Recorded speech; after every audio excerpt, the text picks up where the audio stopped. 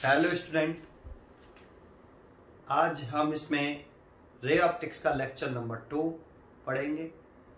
Ray optics के lecture number 1 में refraction of light किसे कहते हैं एंड रिफ्रैक्टिव इंडेक्स, जिसमें रिफ्रैक्टिव इंडेक्स क्या मेजर करता है, ऑप्टिकल डेंसिटी। रिफ्रैक्टिव इंडेक्स किसी मीडियम की ऑप्टिकल डेंसिटी मेजर करता है कि किस मीडियम की ऑप्टिकल डेंसिटी ज्यादा है।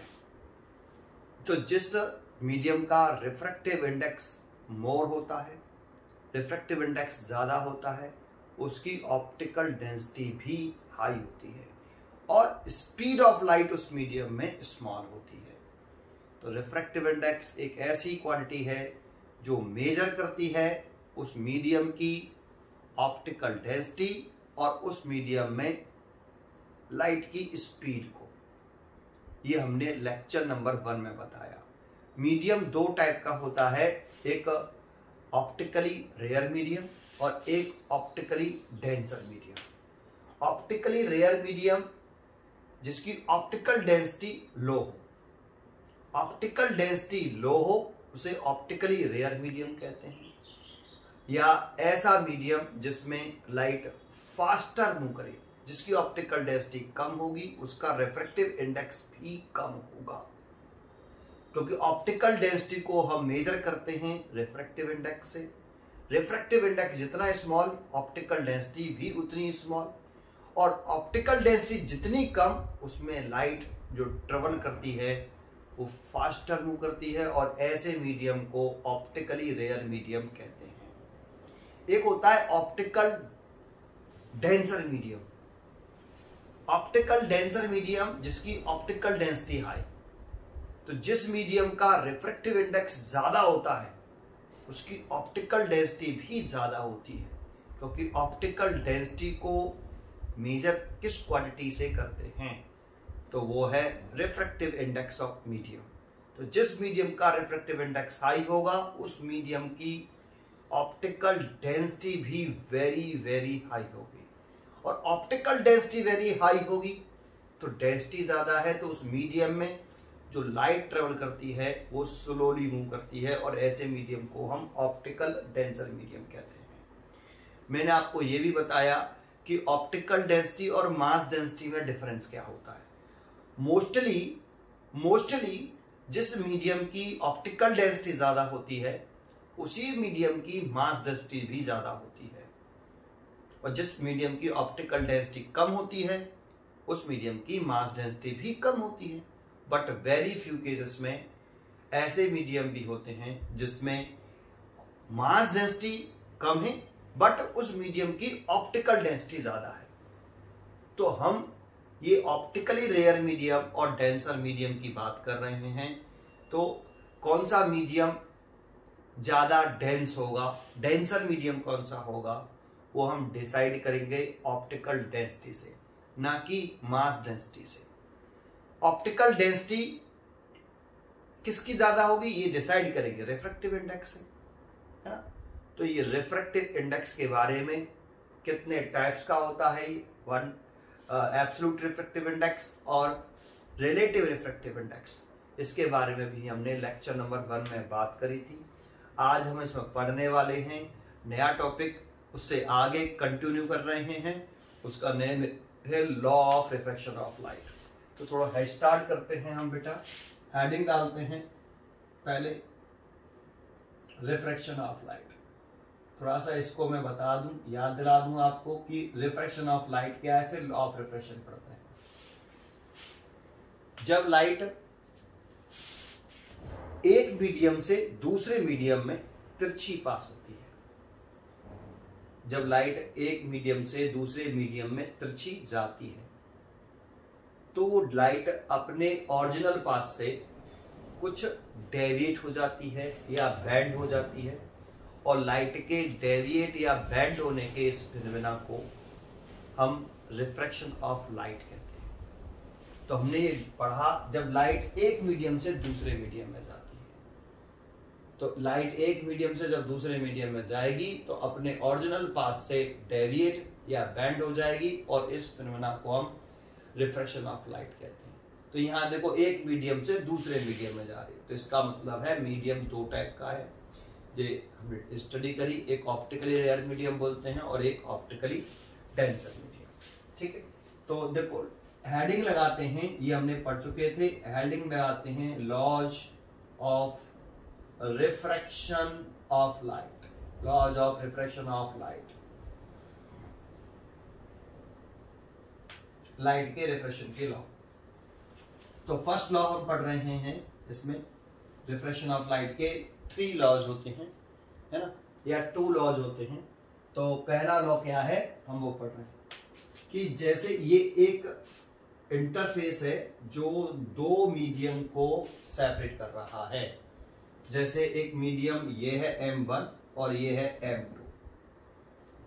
लेट कर लेते हैं कि जो मीडियम 1 है वो रेयर मीडियम है, या इसका इस मीडियम का रिफ्रैक्टिव इंडेक्स गिवन है कि ये μ1 है, और इस दूसरा सेकंड मीडियम है उसका रिफ्रैक्टिव इंडेक्स μ2 है। ये रिफ्रैक्टिव इंडेक्स क्या होता है ये मैंने आपको लेक्चर नंबर 1 में समझाया है, इसीलिए इस लेक्चर को देखने से पहले आप लेक्चर नंबर 1 जरूर देखें। तो ये आपका एक मीडियम, फर्स्ट इसका refractive index, absolute refractive index first medium का वो μ1 है और सेकंड मीडियम का रिफ्रैक्टिव इंडेक्स μ2 है। आपको जानकारी दे रखी है यहाँ की μ2 ग्रेटर देन μ1, तो बता सकते हो इसका क्या मीनिंग है कि μ2 ग्रेटर देन μ1 है, इसका क्या मीनिंग है? सेकंड मीडियम का रिफ्रैक्टिव इंडेक्स ज्यादा है as compare to first medium के।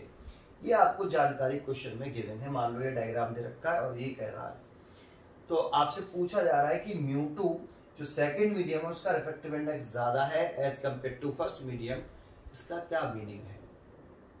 तो इसका मीनिंग है जिस मीडियम का रिफ्रैक्टिव इंडेक्स ज्यादा होता है उस मीडियम की ऑप्टिकल डेंसिटी ज्यादा होती है, मास डेंसिटी नहीं। मास डेंसिटी भी ज्यादा होगी लेकिन कुछ केसेस में उल्टा भी हो सकता है ना। तो ऑप्टिकल डेंसिटी, हम ऑप्टिकल डेंसिटी की बात करेंगे कि ऑप्टिकल डेंसिटी ज्यादा होगी किसकी, जिसका रिफ्रैक्टिव इंडेक्स ज्यादा होगा। तो सेकंड मीडियम का रिफ्रैक्टिव इंडेक्स ज्यादा है जिसकी ऑप्टिकल डेंसिटी ज्यादा है as compare to first medium. तो इसका मतलब ये भी हुआ कि जिसकी ऑप्टिकल डेंसिटी हाई होती है वो डेंसर मीडियम होता है। तो ये आपका ये जो सेकंड मीडियम है ये आपका ऑप्टिकल डेंसर मीडियम है, ऑप्टिकल डेंसर मीडियम, ये ऑप्टिकल डेंसर मीडियम है और ये ऑप्टिकल रेयर मीडियम है, ऑप्टिकल रेयर मीडियम। तो आप रिफ्रैक्टिव इंडेक्स के बेसिस पर आप ऑप्टिकल रेयर मीडियम है या ऑप्टिकल डेंसर मीडियम है ये आप पहचान सकते हो। ठीक है, ये हमने पीछे लेक्चर नंबर 1 में पढ़ाया आपको। ठीक है, दूसरा रिफ्रैक्शन ऑफ लाइट की डेफिनेशन कहती है जब लाइट एक मीडियम से दूसरे मीडियम में जाती है और कैसे जाए, तिरछी ऑब्लिक पास करे उसे। तो अब हमने एक लाइट है आपकी और इसको हम इंसिडेंट लाइट बोलते हैं, ये इंसिडेंट लाइट, इंसिडेंट लाइट। और जिस पॉइंट पर ये इंटरफेस के जिस पॉइंट पर या बाउंड्री के या सरफेस के जिस पॉइंट पर ये लाइट स्ट्राइक करती है उस पॉइंट को हम पॉइंट ऑफ इंसिडेंस कहते हैं। ये पीछे लेक्चर में पढ़ाया है, इसको हम पॉइंट ऑफ इंसिडेंस बोलते हैं। पॉइंट ऑफ इंसिडेंस के से पास होने वाली, पॉइंट ऑफ इंसिडेंट, इसे पॉइंट ऑफ इंसिडेंस बोलते हैं, इंसिडेंट। पॉइंट ऑफ इंसिडेंट से पास होने वाला और सरफेस के, जिस सरफेस से या जिस इंटरफेस से लाइट का रिफ्रैक्शन हो रहा है उस सरफेस के परपेंडिकुलर और पॉइंट ऑफ इंसिडेंस से पास होने वाली स्ट्रेट लाइन नॉर्मल कहलाती है। तो हम यहां से इस इंटरफेस के परपेंडिकुलर और पॉइंट ऑफ इंसिडेंस से पास होने वाली एक स्ट्रेट लाइन ड्रॉ करें, इसको हम नॉर्मल बोलते हैं। अब लाइट रेयर टू डेंसर जाती है तो टूवर्ड दी नॉर्मल होती है।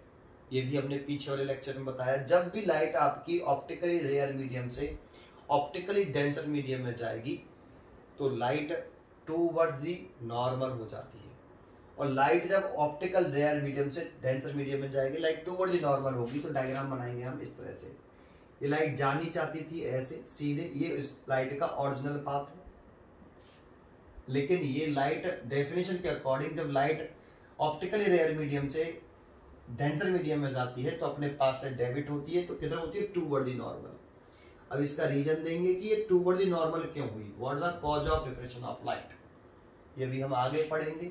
अभी तो बस पढ़ लेते हैं। तो इसको हम बोल रहे हैं रिफ्रैक्टेड रे, इसको बोलते हैं रिफ्रैक्टेड लाइट। और रिफ्रैक्टेड लाइट और नॉर्मल के बीच बनने वाला एंगल, एंगल ऑफ रिफ्रैक्शन, और इंसिडेंट रे और नॉर्मल के बीच बनने वाला एंगल, एंगल ऑफ इंसिडेंस।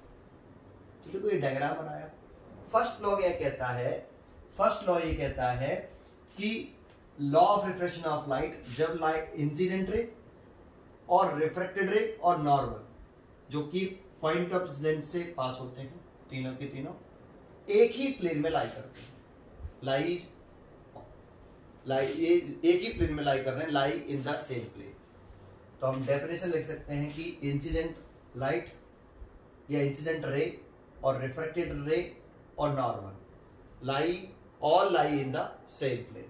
तो फर्स्ट लॉ कहता है the incident ray, the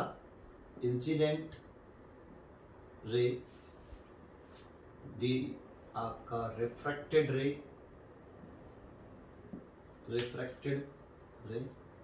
and normal at the point of incidence,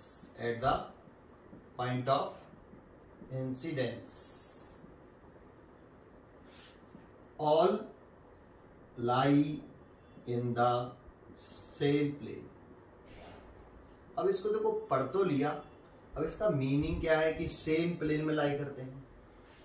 तो देखो flat surface is called plane surface. अब तीन तरह का प्लेन होता है नेम वाइज, एक एक्स वाई प्लेन, एक वाई जेड प्लेन और एक्स जेड प्लेन। वैसे प्लेन तो बहुत सारे होते हैं, नेम केवल ये तीन सरफेस के दिए जाते हैं, एक एक्स वाई प्लेन, एक वाई जेड प्लेन और एक X Z plane. Flat surface are called plane. जैसे आपका ये जो बोर्ड का जो सरफेस है वो एक प्लेन सरफेस है, एक प्लेन है। अब इस प्लेन में लाई करता है, ये कैसे मालूम पड़ेगा कि प्लेन में लाई करने का मतलब? जैसे मैं आपको सिंपल लैंग्वेज बताऊं कि किसी भी प्लेन सरफेस में लाई करने का मतलब है उस प्लेन के पैरेलल, जो भी चीज उस प्लेन के पैरेलल होगी वो उस प्लेन में लाई कर रही है। या फिर ऐसे कह दो, जो उस प्लेन में ड्रॉ की जा सकती हो, बनाई जा सकती हो, वो उस प्लेन में लाई कर रही है। जैसे फॉर एग्जांपल ये मेरा पेन है, अगर मैं इसको ऐसे रखूं तो बताओ ये पेन इस प्लेन में लाई कर रहा है कि नहीं? तो मैं कहूंगा लाई कर रहा है। अगर मैं ऐसे रखूं तो ये भी इस प्लेन में लाई कर रहा है, क्योंकि इसको पेन को इस तरह से रखा, तो पेन को इस तरह से रखने से आपका इसे इस प्लेन में ड्रॉ किया जा सकता है। देखो ऐसे, और इसमें अगर यहां ऐसे रख लेंगे क्योंकि ये प्लेन के पैरेलल है, इस प्लेन के पैरेलल है पेन, तो इसमें लाई कर रहा है। इसको कैसे भी रख लो आप, ऐसे देखो, ऐसे ऐसे ऐसे ऐसे ऐसे, सभी प्लेन में लाई कर, इसी प्लेन में लाई कर रही है। लेकिन अगर इसको ऐसे कर दे तो ये अब प्लेन के परपेंडिकुलर हो गया, तो ये इस प्लेन में ड्रॉ नहीं किया जा सकता। अगर हम इसमें यहां से एक लाइन खींचना चाहें तो इस प्लेन में, इस प्लेन बोर्ड पर ये ड्रॉ नहीं कर सकते, और ड्रॉ नहीं कर सकते, ये प्लेन में लाइन नहीं कर रहा है। और अगर ऐसे है आपका, ऐसे किसी एंगल से पैरेलल नहीं है, तो ये भी इस प्लेन में लाई नहीं कर रहा। तो लाई, प्लेन में लाई करने का मतलब है जिस प्लेन में कोई चीज लाई कर रही है वो उसमें उसके पैरेलल हो। जैसे अब यहां देखो, ये जो रे है आपकी वो इस पर ड्रॉ हो गई है बोर्ड पर, बोर्ड के प्लेन में, और ये रिफ्लेक्टेड रे भी है, वो भी इस बोर्ड पर ड्रॉ हो गई है, और नॉर्मल भी इसी बोर्ड पर ड्रॉ हो गया है। तो ये तीनों आपके इंसिडेंट रे, नॉर्मल और रिफ्लेक्टेड रे बोर्ड वाले प्लेन में क्या कर रही हैं? लाई कर रहे हैं। और बोर्ड एक प्लेन है, इसीलिए हम कह सकते हैं कि incident ray, reflected ray of light, reflected रे, ये यहाँ है reflected light, reflected ray and normal at the point of incidence all lie in the same plane, है ना? ऐसा जरा समझो, जैसे एक यहाँ पर जस्ट सामने एक प्लेन है, ऐसे ऐसे बिल्कुल सीधा वर्टिकल ऐसे, और ये इंसिडेंट रे उस प्लेन में, जैसे प्लेन है वो, ये इंसिडेंट रे उस प्लेन में लाई कर रही है ऐसे, है ना? देखो इस प्लेन में ये इंसिडेंट रे ऐसे लाई कर रही है ऐसे। जब नॉर्मल ड्रॉ करेंगे तो वो भी इसी प्लेन में लाई करना चाहिए ऐसे, है ना? ये आपको मान लो यहाँ पे एक इंटरफेस है ऐसे, इंटरफेस ऐसे हॉरिजॉन्टल, और ये एक प्लेन है वर्टिकल बिल्कुल, और इंसिडेंट रे इसी प्लेन में लाई कर रही है, तो नॉर्मल भी इसी प्लेन में लाई करेगा और रिफ्रैक्टेड रे भी इसी प्लेन में लाई करेगी। ये ऐसा नहीं कि ये रिफ्रैक्टेड रे और इंसिडेंट रे और नॉर्मल, ये इंसिडेंट रे है, ये नॉर्मल है और ये एक ही प्लेन में लाई कर रहे हैं, और ये रिफ्रैक्टेड रे है ऐसे। तो ये रिफ्रैक्टेड रे और ये तीनों एक ही प्लेन में लाई करेंगे वर्टिकल प्लेन में। आप ऐसे नहीं कर सकते कि इसको आगे कर दो इसको पीछे कर दो और ये अलग अलग प्लेन में हो जाए, ऐसे से ऐसे आगे कर देंगे तो ये प्लेन सेम नहीं रहा। आया? थोड़ा सा मैंने कोशिश करी तो आपको सेम प्लेन का मतलब समझ में आया हुआ। ठीक है, ये फर्स्ट लॉ हो गया। सेकंड लॉ क्या कहता है? अब सेकंड लॉ इसमें एक पॉइंट और बता दूं पहले, जब रेयर टू डेंसर जाते हैं तो टूवर्ड द नॉर्मल। अभी इसको लॉ के अकॉर्डिंग प्रूव भी कर सकते हैं। लाइट रेयर टू डेंसर जाएगी तो टूवर्ड द नॉर्मल क्या होगी, इसका कॉज देंगे, what is the cause of reflection of light. दूसरा होता है कि अगर आपकी लाइट डेंसर से, ऑप्टिकल डेंसर मीडियम से, ऑप्टिकल डेंसर मीडियम से ऑप्टिकली रेयर मीडियम में जाती है, रेयर मीडियम में, तो ये एक लाइट ऑप्टिकल डेंसर मीडियम से, ये पॉइंट ऑफ इंसिडेंट हो गया, ये इंसिडेंट रे, और पॉइंट ऑफ इंसिडेंस के से पास होने वाला और सरफेस के परपेंडिकुलर, उसको हम नॉर्मल बोलते हैं, और ये आपकी इंसिडेंट रे है ना।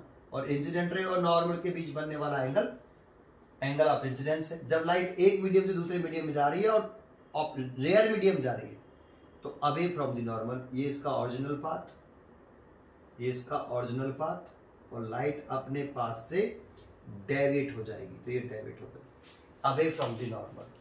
तो ये आपका रिफ्रैक्टेड रे है ये वाली, और ये रिफ्रैक्टेड रे, और ये refraction, angle of refraction r. ठीक है, ये आपका डायग्राम बनाया, ये याद रखना है आपको। ऑप्टिकली रेयर मीडियम से ऑप्टिकली डेंसर मीडियम में जाए तो toward the normal, optically denser medium से ऑप्टिकली रेयर मीडियम में जाए तो अवे फ्रॉम द नॉर्मल। ठीक है, अच्छा, इसको याद रखने का एक बहुत अच्छा तरीका भी है कि आप ये याद रख लो कि रेयर मीडियम में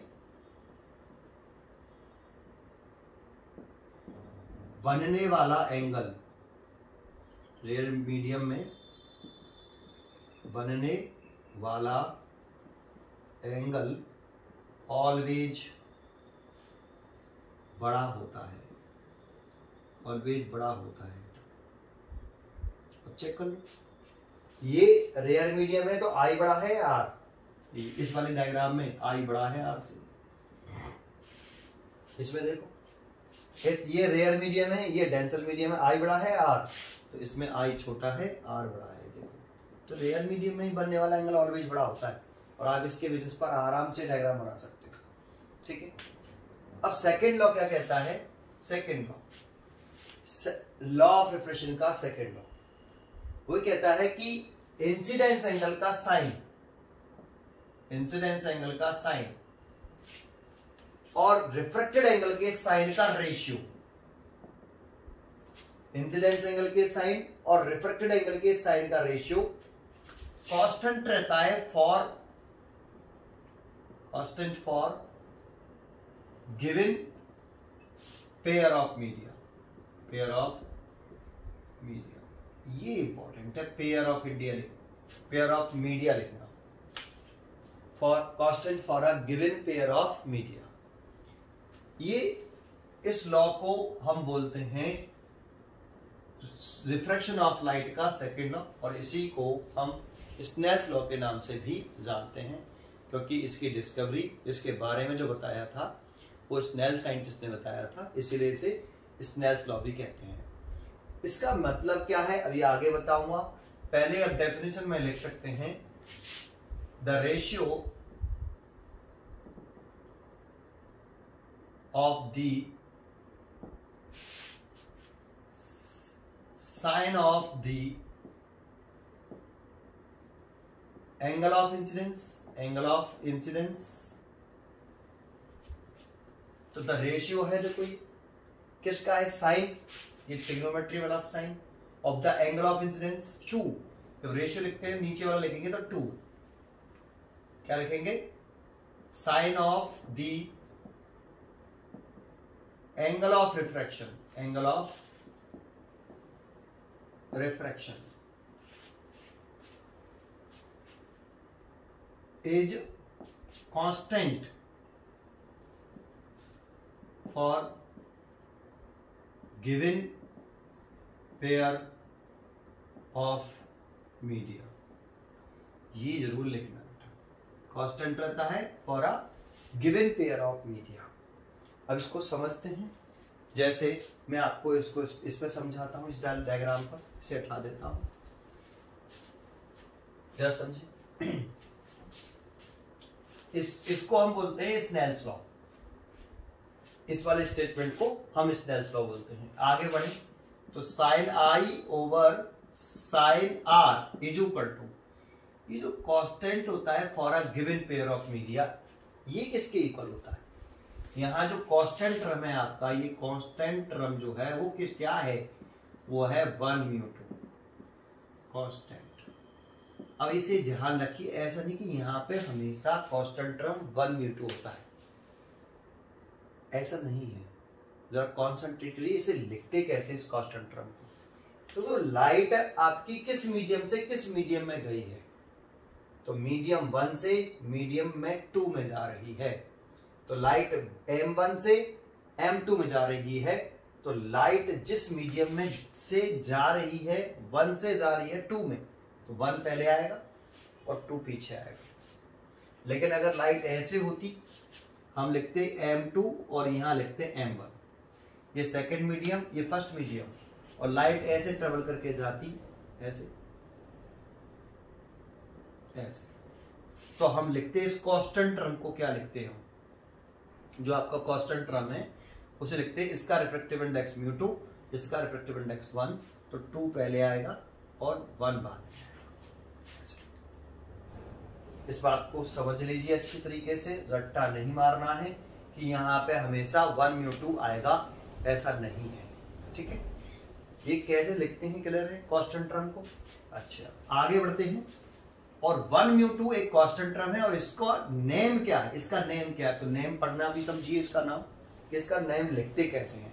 ये रिलेटिव रिफ्रैक्टिव इंडेक्स होता है, ये पीछे भी समझाया मेरे लेक्चर नंबर 1 में। नेम क्या लिखते हैं, जो पीछे होता है, जैसे यहाँ 2 पीछे है तो इसको लिखते हैं refractive index, refractive index of second medium, second medium, refractive index of second medium M2, M2 को सेकंड मीडियम माना है, जो पीछे है उसी का रिफ्रैक्टिव इंडेक्स होता है। रिफ्रैक्टिव इंडेक्स कौन से मीडियम का है, यहाँ पर 2 है, तो सेकंड मीडियम का रिफ्रैक्टिव इंडेक्स है, किसके रेस्पेक्ट में है, तो आगे वाला हमेशा रेस्पेक्ट में आता है, with respect to first medium. इसको रिलेटिव रिफ्रैक्टिव इंडेक्स बोलते हैं। तो इसको नेम पे ध्यान देंगे कैसे लिखते हैं, जैसे अगर हमारा लिखा होता है WμG, तो हम लिखते हैं रिफ्रैक्टिव इंडेक्स, मान लो W वाटर है, G फॉर ग्लास है, तो हम लिखते हैं refractive index of glass with respect to water. Name पर कॉन्सेंट्रेट करिए। अब इसका फॉर्मूला क्या होता है, तो 1μ2 इज इक्वल टू, जो पीछे है जैसे यहाँ 2 लिखा है, सेकंड मीडियम का रिफ्रैक्टिव इंडेक्स है, तो सेकंड वाला मीडियम का रिफ्रैक्टिव इंडेक्स ऊपर आएगा। अब सेकंड मीडियम का रिफ्रैक्टिव इंडेक्स ये एब्सोल्यूट रिफ्रैक्टिव इंडेक्स है, ये पूरे को हम रिलेटिव रिफ्रैक्टिव इंडेक्स कहेंगे, और इसको एब्सोल्यूट रिफ्रैक्टिव इंडेक्स बोलेंगे सेकंड मीडियम का। तो ये एब्सोल्यूट रिफ्रैक्टिव इंडेक्स जो पीछे है वो ऊपर आ गया, और जो आगे है वो नीचे आ जाएगा μ1, ये इसकी वैल्यू होती है बेटा। तो इसीलिए इस तरह से स्नेल्स लॉ हो जाएगा sine I over sine r is equal to 1μ2 is equal to μ2 by μ1। ये देखो ये स्नेल्स लॉ है, लेकिन इसका मीनिंग अगर अच्छी तरीके से निकाले तो अब जरा कॉन्सेंट्रेट करना, इसका मीनिंग निकालता हूं इस वाले स्टेटमेंट का। तो इसका मतलब क्या है, पहले तो लॉ पढ़ लिया हमने, है ना, ये लॉ पढ़ लिया हमने। अब इसका मतलब समझो, जैसे मैं अगर आपका यहां ये लिखूं कि ये मीडियम 1 है, और थोड़ा सा दूर कर लेता हूं, ये मीडियम 1 है और ये मीडियम 2 है, ठीक है। मान लेते हैं थोड़ी देर के लिए कि ये एयर है और ये ग्लास है, ये एयर है ये ग्लास है, ठीक है। अब लाइट मैंने इस पर इंसिडेंट करी ऐसे, ये इंसिडेंट लाइट है और ये नॉर्मल ड्रॉ कर लिया, ये इसका इंसिडेंस एंगल है I1, ठीक। और लाइट रेयर टू डेंसर जा रही है, देखो एयर से ग्लास जा रही है तो एयर रेयर मीडियम होता है, ऑप्टिकली रेयर, और ये ऑप्टिकली डेंसर है एज कंपेयर, तो रेयर टू डेंसर जाते हैं तो टूवर्ड द नॉर्मल होती है, तो लाइट टूवर्ड द नॉर्मल हो गई, ये R1, ठीक। अब मैंने क्या करा, इंसिडेंस एंगल चेंज कर दिया, इंसिडेंस एंगल मैंने थोड़ा सा बढ़ा लिया है, ऐसे नॉर्मल ड्रॉ कर लिया, फिर दोबारा से अगेन इंसिडेंस एंगल मैंने चेंज कर दिया I2। तो इंसिडेंस एंगल चेंज होने पर यहां रिफ्रैक्शन एंगल भी चेंज हो जाता है, तो यहाँ इंसिडेंस एंगल I1 था, रिफ्रैक्शन एंगल R1 था, यहाँ इंसिडेंस एंगल मैंने चेंज किया तो रिफ्रैक्टेड एंगल भी आपका चेंज हो गया, लेकिन लाइट अभी भी रेयर टू डेंसर जा रही है टूवर्ड द नॉर्मल, तो ये R2। मैंने इंसिडेंस एंगल और चेंज दोबारा से चेंज कर लिया, ये 3 अलग अलग इंसिडेंस एंगल दे रखे हैं, देखो आपका ऐसे, ये I3 है और लाइट इससे इसमें जा रही है तो इसका रिफ्रैक्शन एंगल फिर चेंज हो गया, ये आपका R3 है। तो इसका मतलब समझिए, अगर हम इस वाले मीडियम में देखो पेयर ऑफ मीडियम नहीं बदला, for a given pair of medium, ये लाइन सबसे इंपॉर्टेंट है। ये ऐसा नहीं कि हमेशा साइन आई और साइन आर का रेशियो कांस्टेंट रहता है, ये तब तक है जब तक पेयर ऑफ मीडियम वही है जो इसमें कौन सा पेयर ऑफ मीडियम है, इस वाले में एयर और ग्लास, इस वाले में एयर और ग्लास, इस वाले में एयर और ग्लास। तो पेयर ऑफ मीडियम चेंज नहीं हुआ, अगर पेयर ऑफ मीडियम चेंज कर दें, इसके लिए पेयर ऑफ मीडियम अलग कर ले, इसके लिए पेयर ऑफ मीडियम अलग अलग कर ले, तब साइन आई और साइन आर का रेशियो कांस्टेंट नहीं रहेगा। जब तक पेयर ऑफ मीडियम सेम है ना, ये लाइट भी एयर टू ग्लास जा रही है, ये लाइट भी एयर टू ग्लास जा रही है, ये लाइट भी एयर टू ग्लास जा रही है, तब तक साइन आई और साइन आर का रेशियो कैसा है, कांस्टेंट है। जैसे इसमें अगर हम लिख रहे हैं तो इसमें लिख सकते हैं हम साइन I1 और साइन R1 का रेशियो कांस्टेंट है, मतलब बराबर है, इसका साइन I2 और इसका साइन R2 का रेशियो, इसका साइन I3 और साइन R3, ये और इक्वल टू कैसा, कांस्टेंट। तो देखो ये सब इक्वल होंगे आपके, लेकिन ऐसा तभी हो सकता है जब तक पेयर ऑफ मीडियम जो है, लाइट एयर से ग्लास आ रही है, इसमें भी एयर टू ग्लास, इसमें भी एयर टू ग्लास, इसमें भी एयर टू ग्लास, तो पेयर ऑफ मीडियम जो है वो कांस्टेंट है, मतलब एक जैसा है, चेंज नहीं हुआ है, तभी तक साइन आई और साइन आर का रेशियो कांस्टेंट रहेगा। इसीलिए ये पॉइंट लिखना जरूरी है, ठीक है। अगर अभी भी समझ में नहीं आया है तो आपको अभी मैंने स्नेल्स लॉ अप्लाई करना सिखाया, अगर आप इसके लिए स्नेल्स लॉ लगाते हो, इसके लिए तो क्या लिखोगे, sign I1 over sign R1, light इधर से इधर आ रही है तो ये एंगल ऊपर आएगा और ये एंगल नीचे, लाइट इधर से इधर आ रही है, एरो से देखो, एरो से लाइट इधर से ट्रेवल कर रही है, 1 मीडियम टू सेकेंड मीडियम, 1 से 2 जा रही है तो साइन I1 ऊपर आएगा और R1 नीचे आएगा, इक्वल टू लाइट एयर से ग्लास में जा रही है, तो अभी मैंने आपको बताया था ये जो कांस्टेंट टर्म लिखते हैं, यहाँ कौन सा आता है, यहाँ कौन सा आता है, तो लाइट एयर टू ग्लास जा रही है तो इसीलिए ए म्यू जी आएगा भाई, ये फर्स्ट हो गया। देखो ऐसे अगर इसके लिए लिखें अगर हम, तो sine I2 divided by sine R2 is equal to, इसमें भी लाइट एयर टू ग्लास जा रही है तो इसीलिए ये भी एक ए म्यू जी आएगा, ये कांस्टेंट टर्म हो गया ए म्यू जी। अगर इसके लिए लिखें तो sign I3 over sign R3, और ये भी एयर टू ग्लास जा रही है इसलिए ये भी ए म्यू जी हो गया। देखो स्नेल्स लॉ ये अप्लाई कर रहे हैं हम, अब इसमें भी ए म्यू जी, इसमें भी ए म्यू जी, इसमें भी ए म्यू जी, ये तीनों इक्वल हैं तो इसलिए ये तीनों भी इक्वल होंगे, और ये किसके जो कांस्टेंट टर्म आएगा यहाँ पे वो ए म्यू जी होगा अकॉर्डिंग टू फिगर। ऐसे नहीं सब में ए म्यू जी लिख दो, एयर ग्लास माना है इसीलिए ए म्यू जी। तो इसीलिए कह रहे हैं कि साइन आई और साइन आर का जो रेशियो है ना, अगर आप आर अपने आप अगर I1 से आप I2 कर रहे हो तो ऑटोमेटिकली आर भी इस तरह से चेंज होता है कि उनका रेशियो कैसा बना रहे, कांस्टेंट रहे पर बना रहे। लेकिन ऐसा तभी तक ठीक है जब तक पेयर ऑफ मीडियम सेम है। जैसे अगर हम क्या करते हैं, ये पेयर ऑफ मीडियम लेते हैं एयर टू ग्लास, और ये पेयर ले लेते हैं वाटर टू ग्लास ऐसे, और फिर इसमें हम इंसिडेंस एंगल चेंज कर दें, मान लो ऐसे, तो ये I1 और ये R1, और इसमें मैंने इंसिडेंस एंगल बदल दिया, ये I2 और ये R2 है ना, हाँ चलो ठीक है, ये R2। तो आपको क्या लगता है, यहाँ पे भी sin I1 sin R1 का रेशियो और sin I2 sin R2 का रेशियो कांस्टेंट होगा? किसी भी कीमत पर नहीं, इक्वल नहीं होगा। आ रहा है? तो इसीलिए मैं जो वर्ड यूज कर रहा हूं उसका मतलब समझिए, ठीक है। ये सेकंड लॉ हो गया। तीसरा लॉ बताता हूं, उसमें आपको इतना समझ में आया हो तो। अभी तीसरा लॉ पढ़ने से पहले एक छोटा सा पॉइंट ऑफ व्यू से वापस जाते हैं।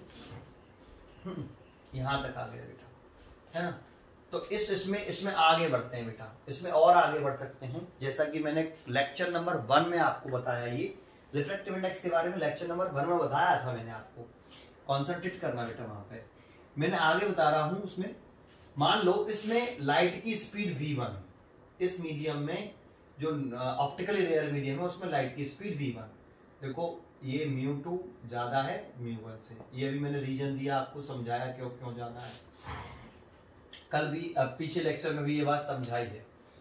और इसमें लाइट की स्पीड v2 है, तो लाइट इसमें फास्टर मूव करती है, ऑप्टिकली रेयर मीडियम में फास्ट होती है। तो यहाँ v2 ज्यादा या v1, तो v1 ज्यादा होगा। हमने पीछे भी पढ़ा म्यू और v में कैसा रिलेशन होता है, इनवर्स रिलेशन। देखो यहाँ डेंसर मीडियम का रिफ्रैक्टिव इंडेक्स हमेशा ज्यादा होता है रेयर मीडियम से, और जिसकी ऑप्टिकल डेंसिटी ज्यादा होगी उसका रिफ्रैक्टिव इंडेक्स ज्यादा होगा। और ऑप्टिकल डेंसिटी ज्यादा है तो इस मीडियम में लाइट की स्पीड कम होगी, तो v1 ज्यादा है v2 से, ठीक है। और इनवर्स रिलेशन होता है, इसको आगे बढ़ाते हैं तो म्यू बराबर CV आता है। ये हमने लेक्चर नंबर 1 में पढ़ा बेटा, mu is equal to C/V, ठीक है। अच्छा तो एक बात, अगर हम इसमें यही वाला रिजल्ट लगा दें, mu is equal to C/V, तो इसका देखो इस मीडियम M1 के लिए अगर रिजल्ट लिख रहे हैं M1 के लिए, तो M1 का सारा चीजें लिखिए, M1 का ही म्यू, तो म्यू1, C तो एक कांस्टेंट टर्म है, और M1 का रिफ्रैक्टिव इंडेक्स लिखा है तो M1 की वेलोसिटी लिख लें इस वाले फॉर्मूले से, तो हम लिख सकते हैं V1।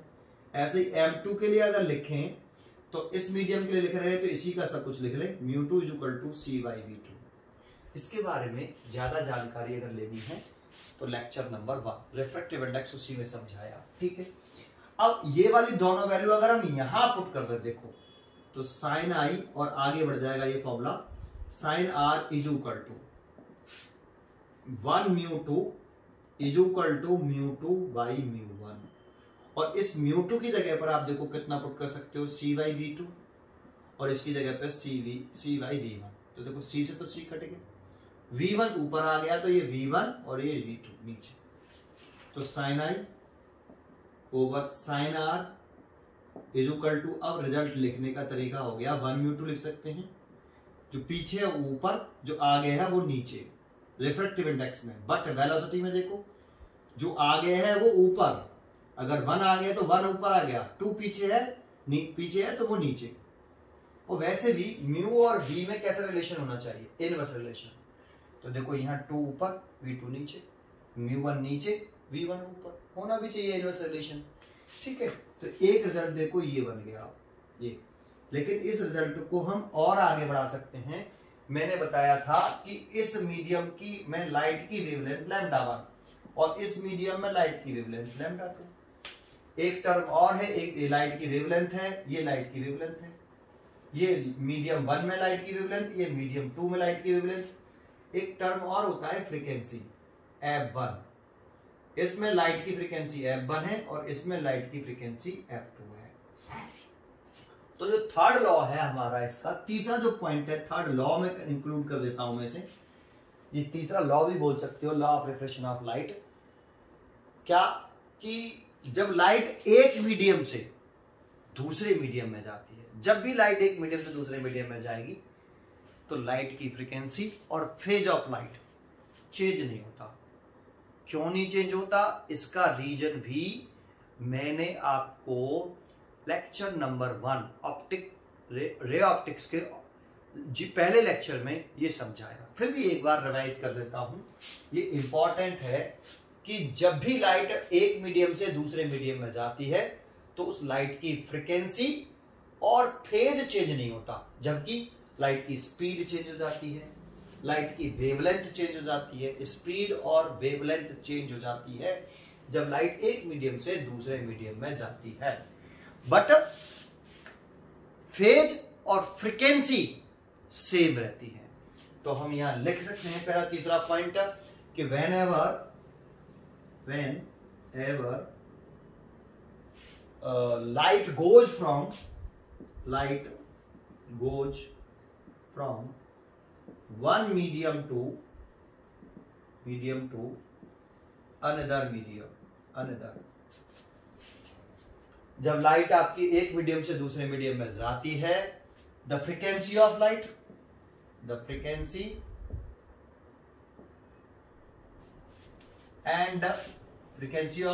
And phase of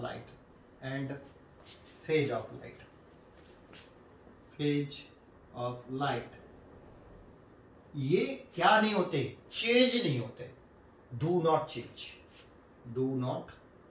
change. But क्या चेंज हो जाता है मालूम है?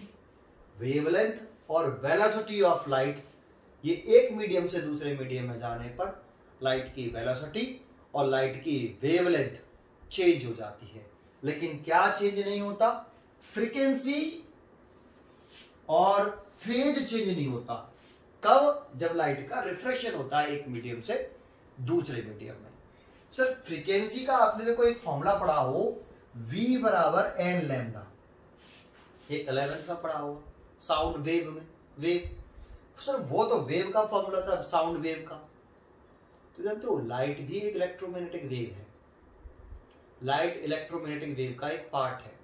इलेक्ट्रोमैग्नेटिक वेव बहुत सारी होती हैं, gamma rays, X rays, ultraviolet, visual light. तो ये लाइट ही तो विजुअल लाइट आपकी, उसी के बारे में स्टडी कर रहे हैं, जिसकी रेंज होती है 4000 एंगस्ट्रॉम टू 7500 एंगस्ट्रॉम। अभी मैं और बताऊंगा इसके बारे में। यहाँ v तो स्पीड है लाइट की, n फ्रीक्वेंसी है, लैम्डा वेवलेंथ, लेकिन हमने फ्रीक्वेंसी का सिंबल यहाँ f माना है, इसीलिए इसको आप f कर लीजिए। देखो f ऐसे, v equal to f lambda, f frequency, lambda ये हो गया। अब फ्रीक्वेंसी जो होती है ये कैरेक्टरिस्टिक प्रॉपर्टी होती है source of light. Frequency is the characteristic properties of source of light, that means frequency is depends on source of light.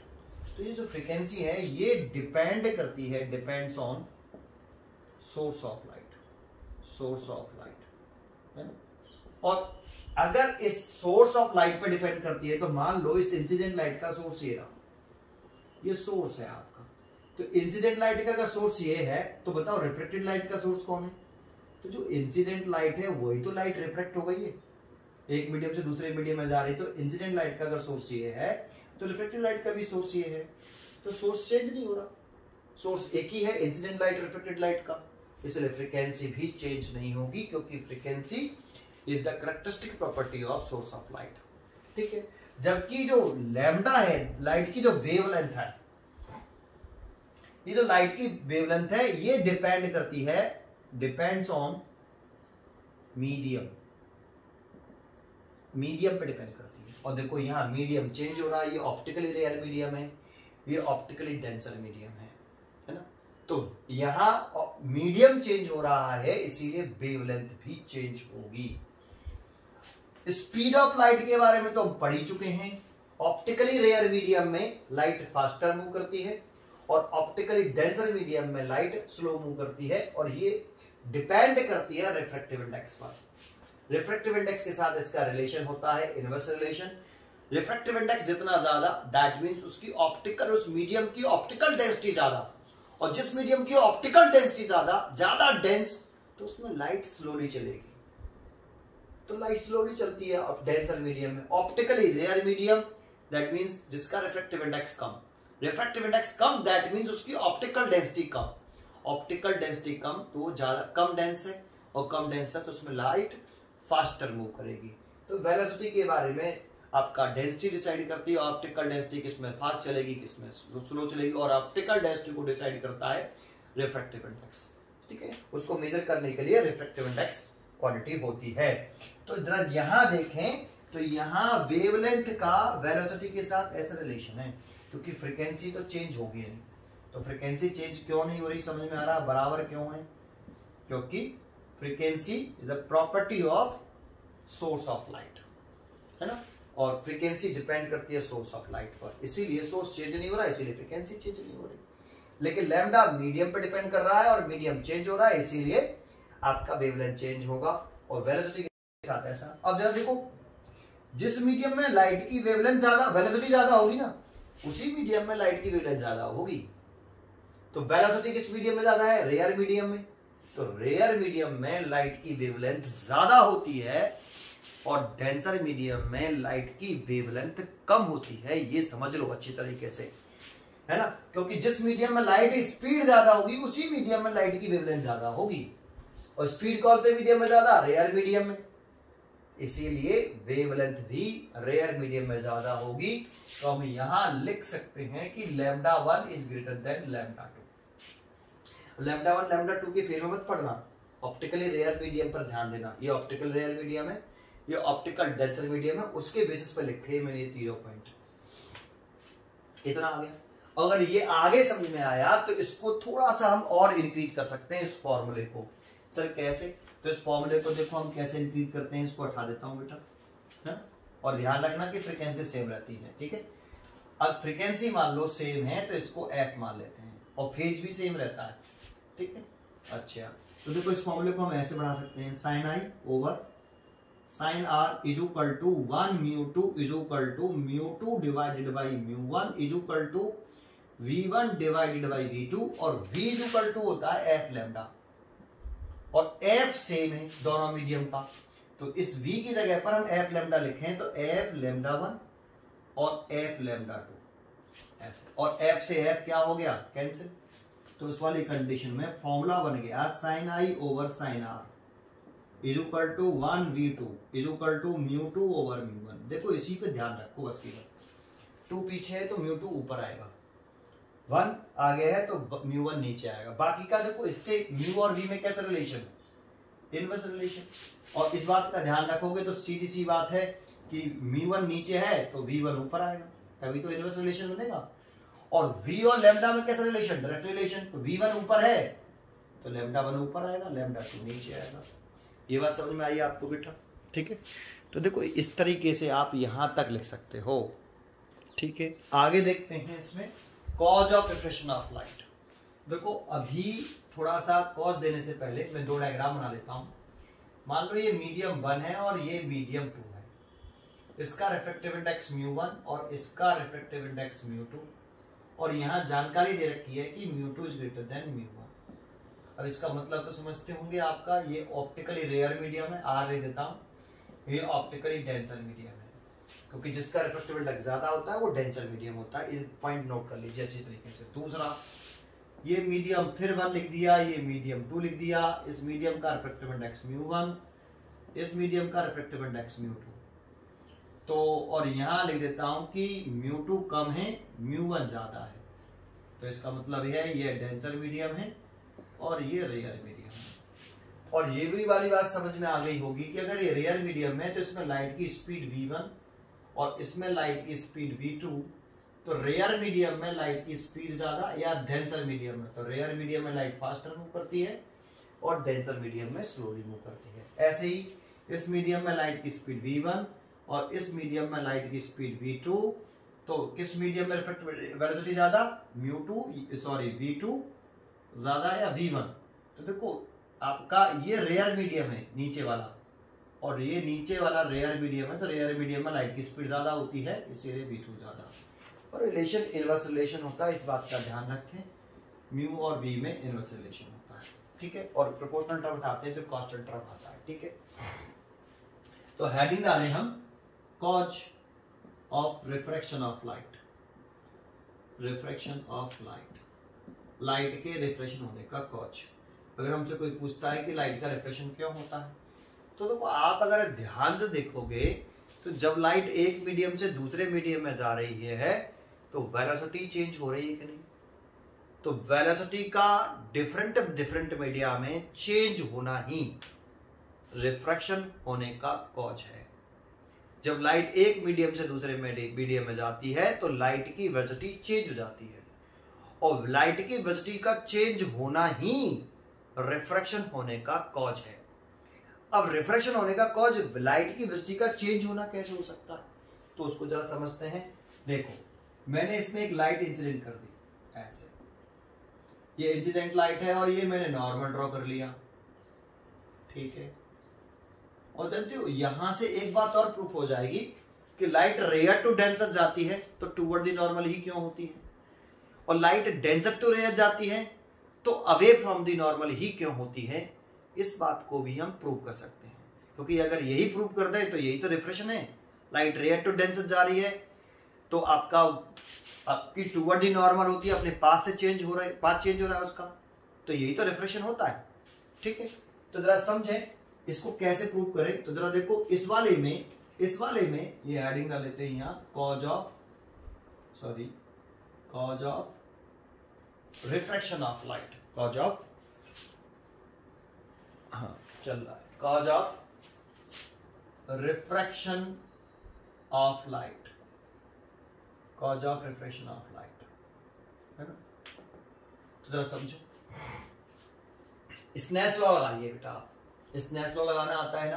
देखो, इस मीडियम से इस मीडियम में जा रही है लाइट, देखो ये एरो पे ध्यान दो, इससे इसमें जा रही है तो ये एंगल ऊपर आएगा, तो साइन आई ओवर साइन आर, साइन आई ओवर साइन आर, तो sine I over sine are,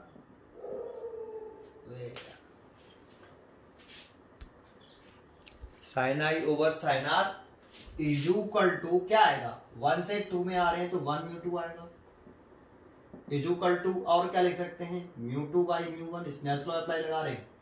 देखो 1 से 2 आ रहा है इसीलिए 1 म्यू 2 लिखेंगे यहाँ, है ना, और 2 पीछे तो पीछे और ये नीचे, और ऊपर से नीचे आया तो sine i by sine r, है ना, is equal to v1 over v2, ये देखो यही तो लिखेंगे आप, स्नेल्स लॉ अप्लाई करेंगे तो इसमें, ठीक है। अब देखो, इसमें हमें जानकारी है कि ये रेयर मीडियम है, और रेयर मीडियम के बेसिस पर जाए तो ये वाली जानकारी है हमारे पास कि V2 और V1 देखो वेलोसिटी में चेंज हो रहा है, जब लाइट एक मीडियम से दूसरे मीडियम में जा रही है वेलोसिटी में चेंज हो रहा है, और ऐसा रिलेशन है। तो हमें क्या चाहिए यहाँ, V1 बाई V2, तो आप एक काम करो, V2 को इसके नीचे ले आओ, तो 1 less than V1 by V2। अब इसकी जगह पर आप क्या लिख सकते हो, तो देखो इसकी जगह पर हम लिख सकते हैं ये, तो लिख दो, तो ये 1 लेस देन साइन आई और साइन आर, और इसका इसमें मल्टीप्लाई कर लो, तो sine r less than sine i, sine से साइन काट दो तो आर लेस देन आई। अब जरा आगे डायग्राम बनाओ अकॉर्डिंग टू दिस। अगर इसको आगे बढ़ा रहे तो आई बड़ा होना चाहिए किससे, रिफ्रैक्टेड एंगल से। अगर लाइट को हम सीधे भेजते हैं ऐसे, तो जितना एंगल वो है उतना ही लाइट का ओरिजिनल पाथ और नॉर्मल के बीच बनने वाला एंगल होता है, तो एंगल इक्वल हो जाएंगे, तो इक्वल तो नहीं है, तो आर को छोटा बनाना है ना आई से, तो आई तो ये है ही है, तो आर बनाना है आई से छोटा, तो इसीलिए लाइट को किधर की तरफ बेंड करना चाहिए, इस लाइन से इस वाले लाइन के अकॉर्डिंग उधर, that means away from the normal या टुवर्ड द नॉर्मल, तो हमें टुवर्ड द नॉर्मल बेंड करना चाहिए ऐसे लाइट, और लाइट जब टुवर्ड द नॉर्मल आएगी ऐसे, तो ये एंगल ऑफ रिफ्रैक्शन होगा। तो देखो आई बड़ा है और आर छोटा है, देखो ये प्रूफ होता है कि रेयर मीडियम में बनने वाला एंगल बड़ा बनना है और डेंसर मीडियम में बनने वाला एंगल छोटा बनना आ रहा है। तो देखो यहां से हम कह सकते हैं कि लाइट की वेलोसिटी चेंज होने की वजह से रिफ्रैक्शन हुआ, क्योंकि इंसिडेंस एंगल बड़ा और रिफ्लेक्टेड एंगल छोटा आ रहा है, तो लाइट की वेलोसिटी चेंज होने की वजह से लाइट का रिफ्रैक्शन हुआ। लेकिन अगर हम इसमें दूसरा केस करते हैं, जैसे ये वाला केस, तो इसमें फिर डायग्राम बना लें हम ऐसे और नॉर्मल ड्रॉ कर लें, तो ये नॉर्मल ड्रॉ कर लिया, इसको इंसिडेंस एंगल कह दे। अब इसके लिए फिर स्नेल्स लॉ लगाएं, तो लाइट देखो फर्स्ट मीडियम M1 से M2 में ही जा रही है अभी भी, तो हम स्नेल्स लॉ लिखेंगे, तो साइन आई ऊपर साइन एरो पे देखो तो I से R में जाएगी, M1 से M2 में जाएगी, तो M1 का एंगल ऊपर आएगा और M2 में लाइट जा रही है तो M2 का एंगल नीचे आएगा। लेट कर लो R 1 से 2 में आ रही है इसीलिए 1 पहले आएगा 2 बाद में, और यहाँ पे μ2 बाई μ1 और यहाँ पे V1 बाई V2। अब इसमें ये रिलेशन है, बट इसमें रिलेशन है कि V2 बड़ा है किससे, V1 से, और होना भी चाहिए क्योंकि सेकंड मीडियम रेयर मीडियम है और सेकंड रेयर मीडियम है तो उसमें लाइट की वेलोसिटी ज्यादा होती है, तो ऐसे कर दिया। अब हमें देखो रिजल्ट चाहिए V1 बाई V2, तो इसको फिर इसके नीचे ले गए तो 1 greater than V1 by V2, और इसकी वैल्यू देखो यहां से इसकी वैल्यू ये इसके इक्वल है, देखो ये सब इक्वल है आपस में, तो 1 greater than V1 by V2 की जगह पर लिख सकते हैं हम sine I over sine R, इसको इसमें लिया मल्टीप्लाई कर लो, sine R greater than sine I, और साइन से साइन काट दो, R ग्रेटर देन I। अब I कम है और रेयर मीडियम में बनने वाला एंगल R ज्यादा है, तो लाइट अपने पास से अगर डेविएट ना हो तो सीधे चले तो ऐसे, लेकिन रिफ्रैक्टेड एंगल बड़ा बनाना है इंसिडेंस एंगल से, तो इसीलिए उस लाइट को हमें बेंड करना पड़ेगा अवे फ्रॉम दी नॉर्मल। ये रिफ्रैक्टेड रे हो गई और ये नॉर्मल हो गया, इसके बीच बनने वाला एंगल एंगल ऑफ रिफ्रैक्शन कहलाता है। तो देखो हमने ये बात प्रूव करी कि स्पीड चेंज कर रहे हैं तब लाइट एक मीडियम से दूसरे मीडियम में जा रही है तो अपने पास से डेविएट होगी, तभी एंगल छोटे बड़े आ रहे हैं। लेकिन अगर स्पीड सोचो अगर थोड़ी देर के लिए V2 और V1 बराबर मान लेते, तो अगर V2 और V1 बराबर होते तो V1 और V2 बराबर होने पर यहाँ 1 आता, और sine I by sine R is equal to 1, तो sine I is equal to sine R, I is equal to R। I और R इक्वल आने का मतलब है कि लाइट अपने पास से डेविएट ही नहीं हुई, ठीक है। तो इसीलिए स्पीड का चेंज होने की वजह से ही लाइट का रिफ्रैक्शन होता है। तो what the cause of refraction of light, जब लाइट एक मीडियम से दूसरे मीडियम में जाती है तो लाइट की स्पीड का चेंज होना ही रिफ्रैक्शन होने का कॉज है, ठीक है। अब थोड़ा सा एक पॉइंट और समझा दूं मैं यहाँ, देखो स्नेल्स लॉ लगाने का अप्लाई करने के दो तरीके होते हैं। एक तो आप क्या करते हो, जैसे मैंने ये आना चाहिए बेटा आपको सबसे पहले कि यहाँ कौन सा रिफ्रैक्टिव इंडेक्स आएगा, जैसे अगर ऐसा नहीं है कि यहाँ 1 μ2 ही आता है, अगर आप यहाँ M2 मान लो, यहाँ M1 मान लो, ये रिफ्रैक्टिव इंडेक्स μ2 है, ये रिफ्रैक्टिव इंडेक्स μ1 है, लाइट ऐसे आ रही है, ये आई है, मान लो ये रेयर मीडियम है, ये डेंसर मीडियम है, तो टूवर्ड द नॉर्मल हो जाएगी ये R। अब इसमें स्नेल्स लॉ अप्लाई करिए तो लाइट किधर से किधर जा रही है, M2 से M1 में, एरो पे ध्यान दो, M2 से M1 में जा रही है इसीलिए एंगल ऊपर आएगा साइन I, और M1 में जा रही है इसीलिए एंगल नीचे आएगा साइन R। 2 से 1 में जा रही है इसीलिए 2 पहले आएगा 1 बाद में आएगा, और इसे लिख सकते हैं फिर μ1 बाई μ2। इसको समझ लो, अगर हम इसमें एरो चेंज कर दें, अगर एक तो ये कंडीशन हो गई समझ में आ गई, दोबारा से अगर मैं इसमें एरो चेंज कर दूं, ऐसे डायग्राम यही रहने दूं, ऐसे स्नेल्स लॉ अप्लाई करिए। अब स्नेल्स लॉ लाइट किधर से किधर जा रही है, 1 से 2 में जा रही है, तो अब I ऊपर नहीं आएगा, R ऊपर आएगा, sine R over sine I। Light इधर से इधर जा रही है तो ये एंगल ऊपर आएगा, ये एंगल नीचे आएगा, इज इक्वल टू इधर से इधर जा रही है तो ये पहले आएगा 1 और 2 बाद में आएगा, और इसे लिखेंगे μ2 बाई μ1। तो अप्लाई करना सीखिए स्नेल्स लॉ कैसे अप्लाई करते हैं। एक तो ये तरीका है आपको अप्लाई करने का स्नेल्स लॉ को। दूसरा तरीका क्या है, दूसरा तरीका बड़ा सिंपल है कि आप इस मीडियम का रिफ्रैक्टिव इंडेक्स लिखिए μ1। ये बहुत इजी तरीका होता है, ये सबसे इजी तरीका होता है। μ1 लिख लीजिए और इसी मीडियम में ये मीडियम M1 का इस मीडियम में कितना एंगल बनना है I, इसके साइन का मल्टीप्लाई कर लीजिए, sine I is equal to इस मीडियम का रिफ्रैक्टिव इंडेक्स लिखिए μ2 इज इक्वल टू लगा लीजिए, इस मीडियम का रिफ्रैक्टिव इंडेक्स लिखिए μ2 और इस मीडियम में कितना एंगल बनना है R, उसके साइन का मल्टीप्लाई साइन R। देखो ये होता है इसको लगाने का दूसरा तरीका। इस मीडियम का रिफ्रैक्टिव इंडेक्स इसी में बनने वाले एंगल के साइन का मल्टीप्लाई इक्वल टू होता है इस मीडियम का रिफ्रैक्टिव इंडेक्स और इस मीडियम में बनने वाले एंगल का साइन का मल्टीप्लाई, ठीक है। आप यहां से एक चीज और बोल सकते हो कि म्यू का और किसी मीडियम में बनने वाला जो भी एंगल बने, जरूरी नहीं आई लिखें, जो भी एंगल बने वो कांस्टेंट रहता है। तो जैसे अगर यहाँ लिखें कि μ1 मल्टीप्लाइड बाई साइन आई, ये कांस्टेंट है ना, ऐसे for a given pair of media, pair of media बदलना नहीं चाहिए, μ2 साइन आर, ये भी एक कांस्टेंट है ऐसे। अब देखो ये कांस्टेंट तो दोनों को इक्वल कर सकते हैं ऐसे, दैट मीन्स हम लिख सकते हैं म्यू का रिफ्रैक्टिव इंडेक्स का, जिस मीडियम का ये रिफ्रैक्टिव इंडेक्स है उसी मीडियम में बनने वाले एंगल के साइड का मल्टीप्लाई। म्यू में मान लो ये म्यू किसी मीडियम का इंडेक्स है, तो उसी मीडियम में बनने वाले एंगल के साइड का मल्टीप्लाई कैसा रहता है, कांस्टेंट रहता है, कांस्टेंट रहता है। तो ये आपका इस तरह से भी आप स्नेल्स लॉ अप्लाई कर सकते हो। तो अप्लाई करने पर ध्यान रखना, ठीक है। अगला पॉइंट बताता हूं, जरा ध्यान से सुनना अच्छी तरीके से इसी डायग्राम में, ठीक है।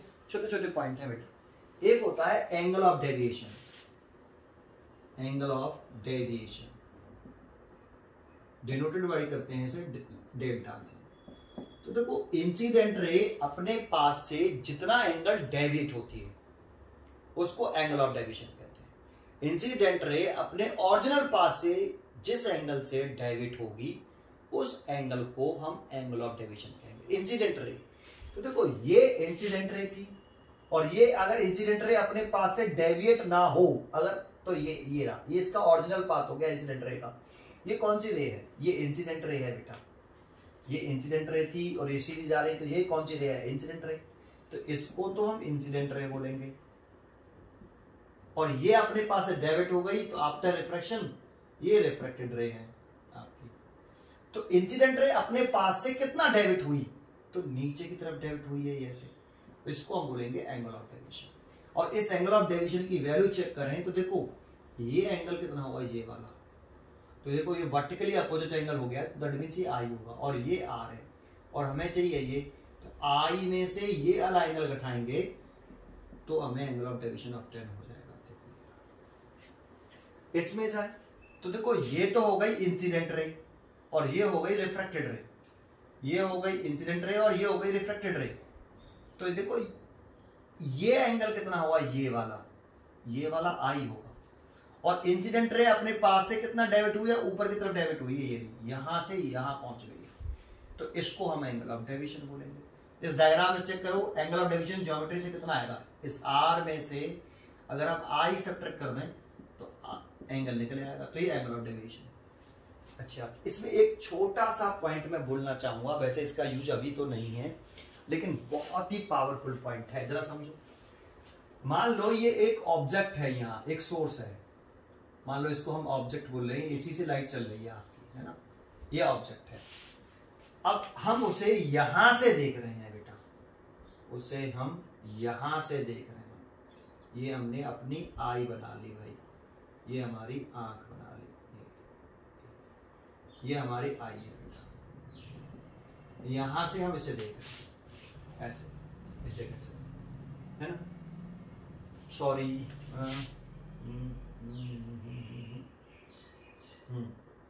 यहां से देख रहे हैं, ठीक है, यहीं से देख रहे हैं। तो एक बार बताओ, ये लाइट, ये ऑब्जेक्ट हमें यहीं दिखेगा? अगर हम यहां से लाइट इस यहां से इस ऑब्जेक्ट को देख रहे हैं तो क्या ये ऑब्जेक्ट हमें यहां दिखेगा? तो एक्चुअल में देखो इसके आईज में लाइट कौन सी एंटर कर रही है, ये वाली। इसको अच्छी तरीके से समझना, ये बहुत ही पावरफुल पॉइंट है, ये वाली लाइट इसके अंदर एंटर कर रही है। तो ये ऑब्जेक्ट हमें यहां नहीं दिखेगा। इस लाइट को अगर हम पीछे सीधा बढ़ाएं ऐसे, इसको छोड़ देता हूं, अभी इसको उठा देता हूं, यहां से हम देख रहे हैं लाइट को, ये लाइट यहां से ऐसे आई और हमारी आंख में एंटर कर गई, और हम यहां से देख रहे हैं। तो क्या ये ऑब्जेक्ट जहां से ये लाइट चल रही है, मान लो यहाँ पे एक ऑब्जेक्ट है, यहाँ पे एक ऑब्जेक्ट रखा है या एक सोर्स रखा है, तो क्या ये सोर्स हमें यहां दिखेगा? तो यहां नहीं दिखेगा। इस लाइट को पीछे स्ट्रेटली सीधा बेंड करें ऐसे, सीधा ऐसे, तो ये ऑब्जेक्ट हमें सीधा ले जाए, इस लाइट को जो आंख में एंटर करी ना, उस लाइट को, रिफ्रैक्टेड लाइट को आप सीधा ले जाओ पीछे की तरफ, तो ये सोर्स हमें यहां दिखाई देगा, एक्चुअल में होगा यहां और दिखाई देगा यहां।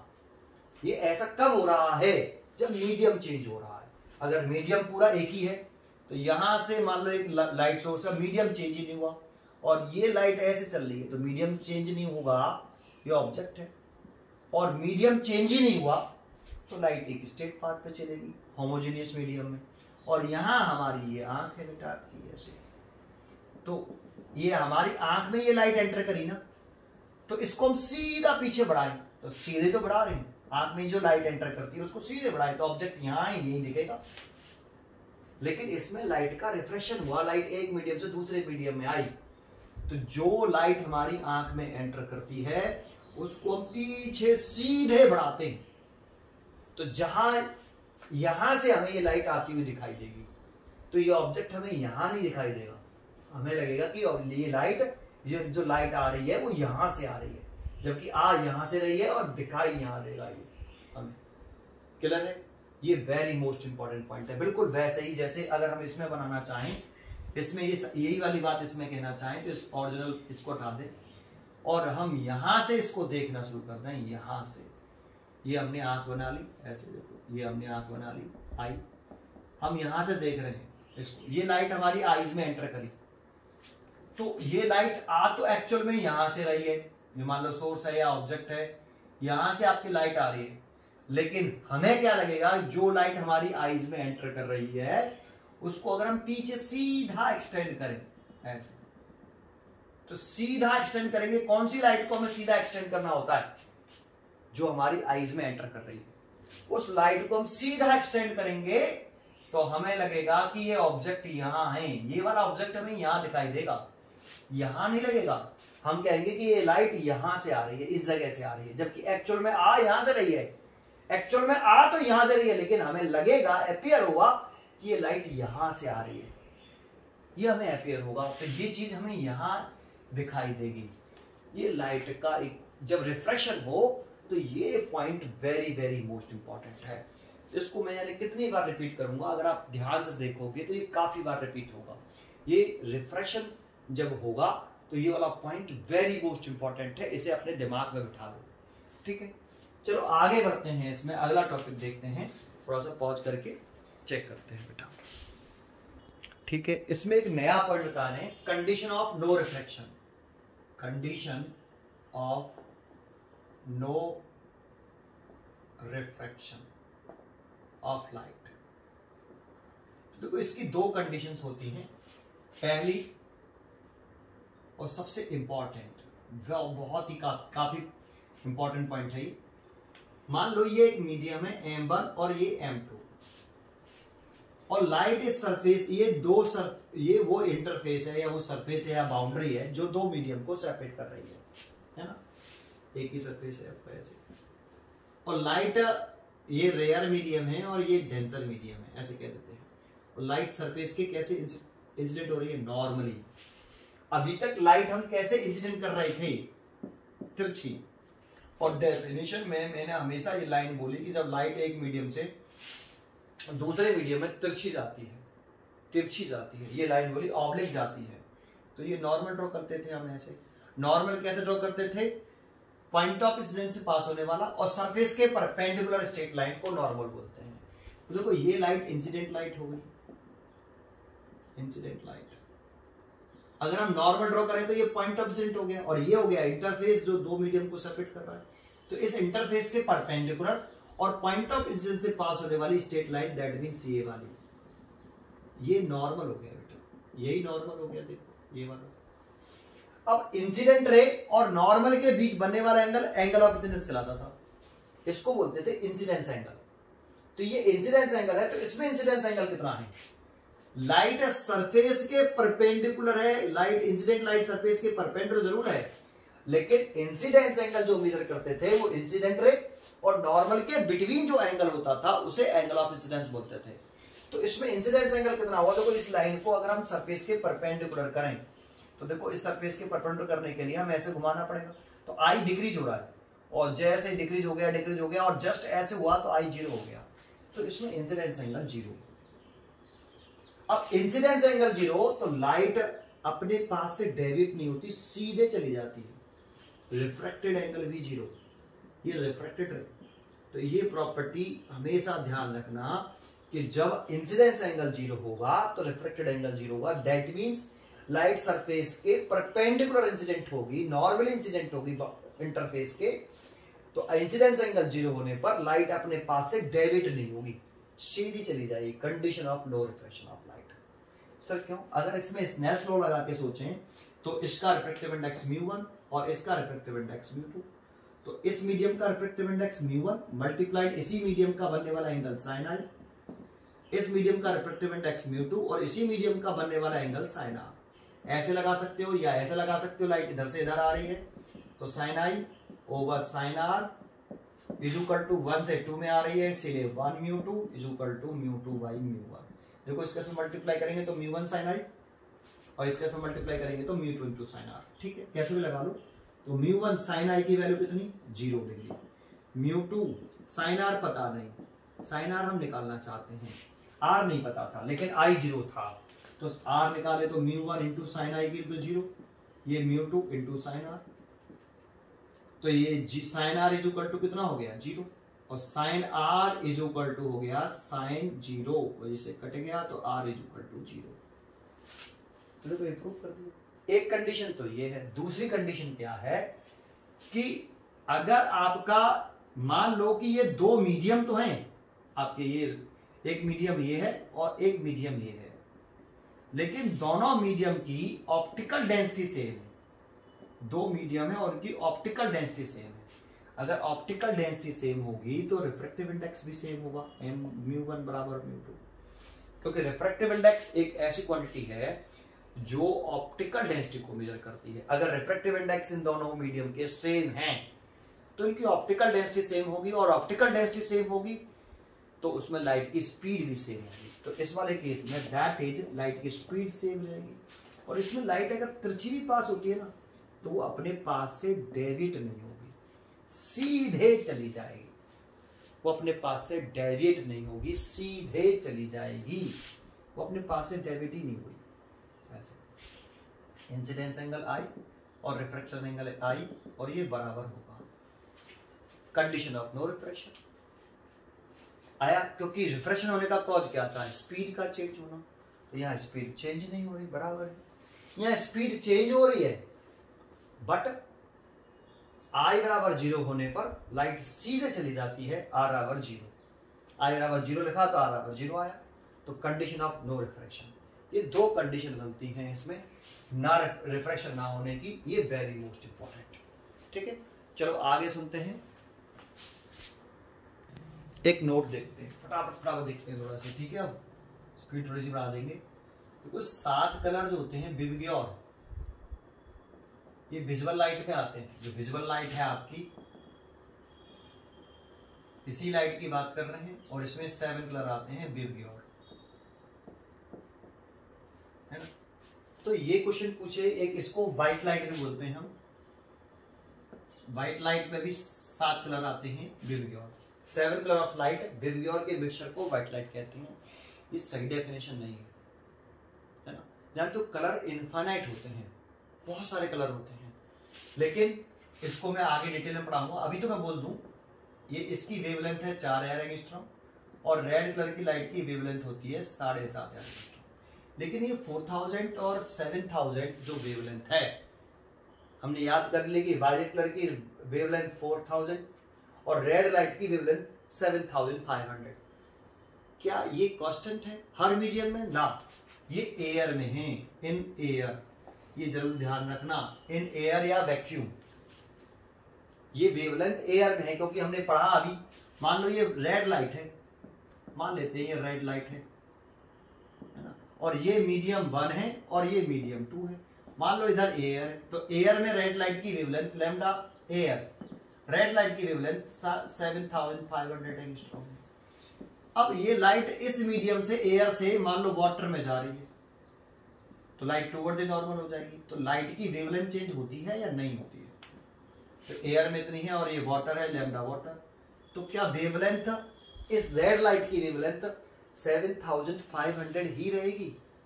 तो नहीं, चेंज हो जाती है। अभी पढ़ा, जब लाइट एक मीडियम से दूसरे मीडियम में जाती है तो वेलोसिटी और वेवलेंथ चेंज हो जाती है। क्या सेम रहता है?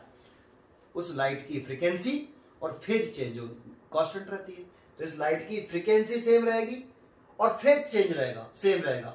और जानते हो कलर किस पर डिपेंड करते हैं? फ्रीक्वेंसी पर। Colour is the property of frequency. Frequency same तो कलर ऑफ लाइट से, तो यहाँ रेड लाइट है, यहाँ पे भी रेड ही लाइट रहेगी, कलर चेंज नहीं होगा, क्योंकि फ्रीक्वेंसी पर डिपेंड करती है कलर ऑफ लाइट। वेवलेंथ तो चेंज हो रही है, यहाँ रेड लाइट की वेवलेंथ अलग है, यहाँ रेड लाइट की वेवलेंथ अलग है, तो वेवलेंथ चेंज हो रही है, तो ये नहीं कह सकते कि कलर ऑफ लाइट वेवलेंथ की प्रॉपर्टी है, क्योंकि वेवलेंथ चेंज हो गई बट कलर चेंज नहीं हुआ। अगर फ्रीक्वेंसी वेवलेंथ पर डिपेंड करता कलर, तो बेटा वेवलेंथ के चेंज होने से कलर भी चेंज होना चाहिए था, लेकिन वेवलेंथ तो चेंज हुई बट कलर चेंज नहीं हुआ। क्यों नहीं चेंज हुआ? क्योंकि फ्रीक्वेंसी सेम रही, इसीलिए frequency is the property of colour of light. Mostly बच्चे सोचते हैं कि देखो इसकी वेवलेंथ 4 यार, इसकी वेवलेंथ 7.5 यार, तो वेवलेंथ चेंज हो रहा है इसीलिए कलर चेंज हो रहा है।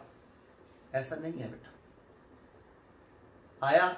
इन सब की फ्रीक्वेंसी अलग है, इसकी फ्रीक्वेंसी, इसकी फ्रीक्वेंसी, इसकी फ्रीक्वेंसी, इसकी फ्रीक्वेंसी, इसकी फ्रीक्वेंसी, इसकी फ्रीक्वेंसी, सबकी फ्रीक्वेंसी अलग है, सभी कलर ऑफ लाइट की फ्रीक्वेंसी अलग है। लेकिन ये रेड लाइट है तो ये भी रेड लाइट है, एक मीडियम से दूसरे मीडियम में आने पर फ्रीक्वेंसी चेंज नहीं हुई, इसलिए frequency colour of light change नहीं हुआ, लेकिन वेवलेंथ चेंज होगी बेटा। ये वेरी मोस्ट इंपॉर्टेंट पॉइंट, तो जरा ध्यान दे लें, ये जो वेवलेंथ का रेंज लिखते हो आप, वो हमेशा 7.5 यार नहीं रहता, वे रिफ्रेशन होने पर लाइट की वेवलेंथ चेंज हो जाती है। जो हम रेंज लिख रखे हैं 4 यार से 7.5 यार, ये एयर है वैक्यूम में, एवरी मीडियम में नहीं है बेटा, ठीक है। तो अभी तो मान लेते हैं ये 4000 एंगस्ट्रॉम है और ये 7500 एंगस्ट्रॉम है, और ये आपकी वेवलेंथ का ऑर्डर है, तो ये वेवलेंथ है ऐसे। तो किस कलर ऑफ लाइट की वेवलेंथ ज्यादा होती है? एयर में, ये एयर में लिखा है मैंने बेटा रेंज, ठीक है, या वैक्यूम में, तो हम कहेंगे रेड लाइट की वेवलेंथ ज्यादा है वायलेट लाइट की वेवलेंथ से, ठीक है। थोड़ा सा नीचे लिख देता हूं, ये वेवलेंथ ज्यादा है, रेड लाइट की ज्यादा है और वायलेट लाइट की कम है। एक दूसरा, किस लाइट की वेवलेंथ ज्यादा, ये तो पता कर लिया, वेवलेंथ जिसकी ज्यादा, रिफ्रैक्टिव इंडेक्स किस मीडियम, किस लाइट का ज्यादा, किस कलर ऑफ लाइट का रिफ्रैक्टिव इंडेक्स ज्यादा। तो रिफ्रैक्टिव इंडेक्स की बात करें तो अभी हमने पढ़ा था साइन आई, या यहां से देख रहे हैं 1 μ2 is equal to μ2 by μ1 is equal to v1 by v2 is equal to λ1 by 2। तो यहां से अगर आप देखोगे तो देखो इस रिफ्रैक्टिव इंडेक्स में और वेलोसिटी में तो इनवर्स रिलेशन है, रिफ्रैक्टिव इंडेक्स और वेलोसिटी में इनवर्स रिलेशन, और रिफ्रैक्टिव इंडेक्स और वेवलेंथ में कैसा रिलेशन है? μ2 ऊपर λ2 नीचे, दिख रहा है, यहां पे भी इनवर्स रिलेशन है, लेकिन वेलोसिटी में और लैम्डा में देखें तो डायरेक्ट रिलेशन है। चेक करो, तो ये तो जहां वेवलेंथ कम होगा वहां रिफ्रैक्टिव इंडेक्स ज्यादा होगा, तो वेवलेंथ कम होने पर रिफ्रैक्टिव इंडेक्स ज्यादा होता है। तो लाइट की वेवलेंथ, जिस लाइट की वेवलेंथ ज्यादा होगी उस मीडियम में उसका रिफ्रैक्टिव इंडेक्स कैसा हुआ? कम। तो रिफ्रैक्टिव इंडेक्स आपका ऐसे आएगा भाई, ऐसे इंक्रीज होगा, ये इंक्रीजिंग ऑर्डर है, जिधर मैं एरो बना रहा हूं वो इंक्रीजिंग ऑर्डर है, एरो इंक्रीजिंग। तो म्यू रेड ज्यादा या म्यू वायलेट, तो म्यू रेड कम और म्यू वायलेट ज्यादा, इनवर्स रिलेशन होता है, ठीक है। तीसरा पॉइंट देखें, वेलोसिटी के बारे में कहें तो वेलोसिटी का रिलेशन ऐसे होगा, क्योंकि रिफ्रैक्टिव इंडेक्स के साथ वेलोसिटी का या वेवलेंथ के साथ देख लो, वेवलेंथ किसकी ज्यादा? रेड लाइट की, तो वेवलेंथ किसकी वेलोसिटी ज्यादा होगी? रेड लाइट की वेलोसिटी ज्यादा होगी वायलेट लाइट की। यहां से देख लो या यहां से देख लो, कैसे भी देख लो, तो ये समझ में आता है रेड लाइट जो होती है किसी मीडियम में वायलेट लाइट से ज्यादा फास्ट मूव करती है, ठीक है। फोर्थ अगर हम बात करें, यही ये किसी मीडियम की बात करें, इन अ मीडियम, क्योंकि V का नाम क्या होता है? Velocity of light in medium. V का नाम क्या होता है? Velocity of light in a medium, है ना। जैसे ये ग्लास है, ये ग्लास है, तो इसमें एक चल रही है रेड लाइट और एक चल रही है वायलेट लाइट। बताओ इस ग्लास के अंदर किस लाइट की वेलोसिटी ज्यादा होगी? कौन ज्यादा फास्ट मूव करेगा ग्लास के अंदर?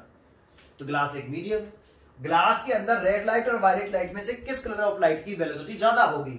तो हम कहेंगे रेड लाइट की वेलोसिटी ज्यादा होगी एज कंपेयर टू वायलेट। तो ये वेलोसिटी का इंक्रीजिंग ऑर्डर हो गया, जिधर मैं एरो बना रहा हूं इधर की तरफ इंक्रीज हो रही है, ठीक है।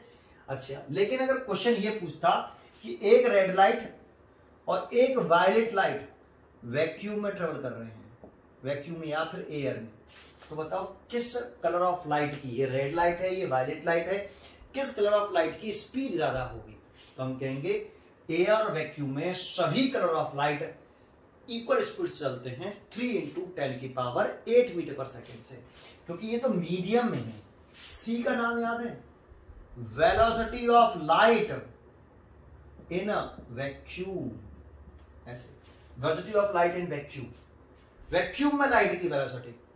तो जानते हो एयर में हो कौन सा वेवग्योर, सभी कलर ऑफ लाइट की स्पीड एयर और वैक्यूम में सेम होगी।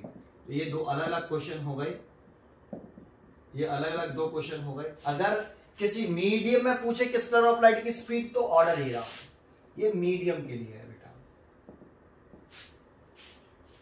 लेकिन अगर एयर और वैक्यूम में पूछे किस कलर ऑफ लाइट की स्पीड ज्यादा, तो सभी colour of light same speed चलते हैं, कितनी से 3 × 10⁸ मीटर पर सेकेंड से।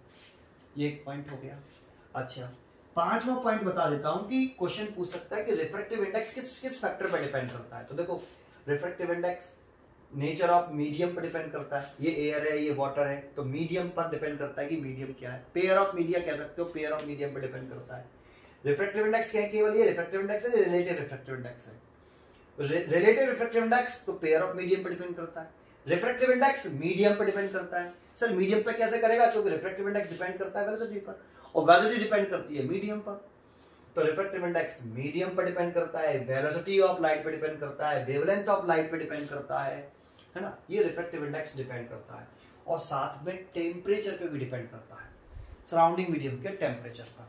सर सराउंडिंग मीडियम का टेम्परेचर पर कैसे डिपेंड करेगा, तो टेम्परेचर बढ़ने पर डेंसिटी घटती है, ऑप्टिकल डेंसिटी घटती है।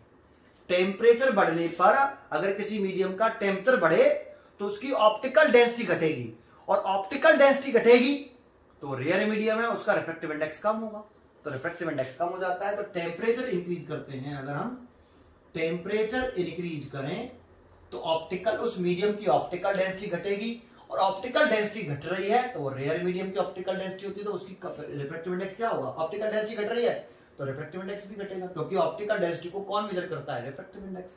तो रिफ्रैक्टिव इंडेक्स डिक्रीज होगा। तो टेम्परेचर इंक्रीज करने पर रिफ्रैक्टिव इंडेक्स क्या होता है, डिक्रीज होता है। ये भी एक पॉइंट है, रिफ्रैक्टिव इंडेक्स किस फैक्टर पर डिपेंड करता है और कैसे डिपेंड करता है वो बता दी। एक क्वेश्चन लिखा, for the same angle of incidence. तो ये देखो तीन आपके, ये मैंने डायग्राम बना रहा हूं, क्या बनाया, the angle of refraction in the 3 different media A B C. तो देखो ये वाला ए है, ये वाला बी है और ये वाला सी है। ये एंगल ऑफ रिफ्रैक्शन रखे, ए में 15 डिग्री, बी में 25 डिग्री और सी वाले में 35 डिग्री।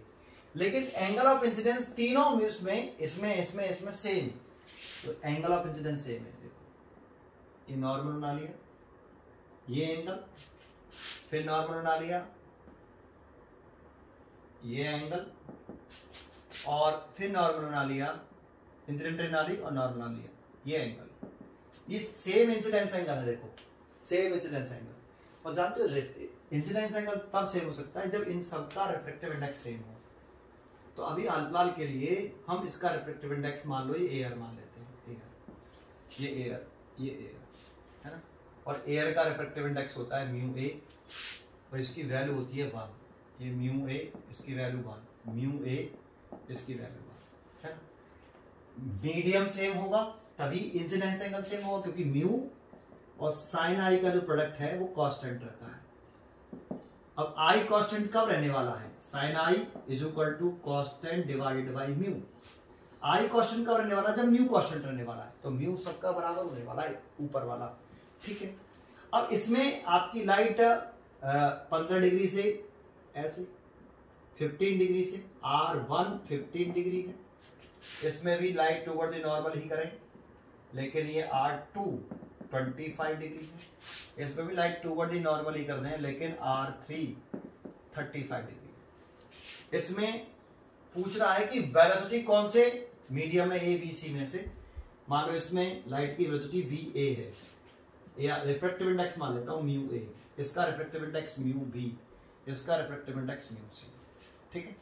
अब पूछ रहा है कि इसमें से किस मीडियम में, ए बी सी में, इसमें लाइट की वेलोसिटी VA, इसमें लाइट की वेलोसिटी VB, और इसमें लाइट की वेलोसिटी वीसी। कौन से मीडियम एबीसी में से किस मीडियम में लाइट की वेलोसिटी मिनिमम है पूछ रहा है। तो इसमें स्नेल्स लॉ लगाओ आप देखो, तो इसमें 1 into sine I is equal to mu A into sine R1 that means 15 degree.